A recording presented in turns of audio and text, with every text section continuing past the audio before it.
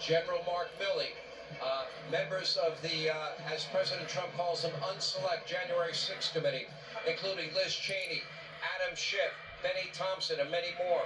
And only minutes before President Trump took the oath of office, he also issued a pardon for several members of his own family, including his brother Jim, his sister Valerie, among others. And for the record, let's take a little trip down memory lane. About 4 years ago, let's hear what Adam Schiff, who got a preemptive pardon today, and what Chuck Schumer previously said about preemptive pardons.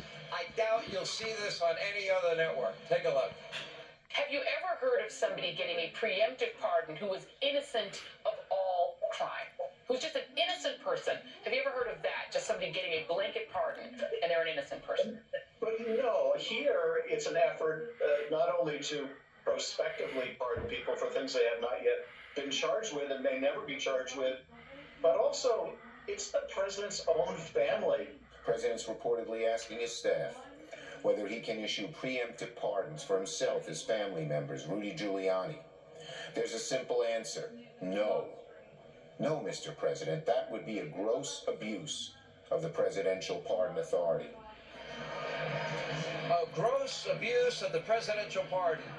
So what's worse, 4 years ago, in an interview with fake news.And fake Jake Tapper, Biden himself expressing concern over the idea of preemptive pardons? You honestly can't make it up, but it's worth taking a trip down memory lane. Take a look. Does this concern you? All these preemptive pardons? Well, it concerns me in terms of what kind of precedent it sets and how the rest of the world looks at us as a nation of laws and justice. You're not going to see in our administration that kind of approach to pardons. All right, we're going to stop there for tonight. Tonight is not about Joe Biden. He is a mere blip in history that few will frankly want to remember. Make no mistake, the next 4 years will be very different. Already, Donald Trump has been working nonstop since he became president. He is back.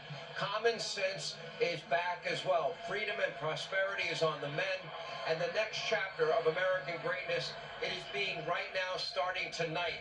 And today, President Trump hit the ground running, signing a slew of executive orders, proclamations, including ordering all flags to be flown at full staff on future inauguration days, ending the weaponization of our federal government.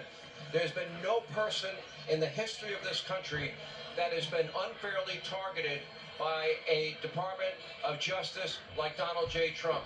And that includes the once premier law enforcement agency in the land. That would be our FBI. It needs to return to its former greatness. That would be our intelligence community. Anyway, the president implementing a federal hiring freeze, banning all federal departments from issuing new regulations, ordering all federal employees back to work full-time, revoking almost 80 executive orders that were signed by Biden, lifting the TikTok ban for 75 days, removing the U.S. from the Paris Climate Accords. Those are the accords that say that China and India are developing countries, so we pay all the money. Great move by the president today.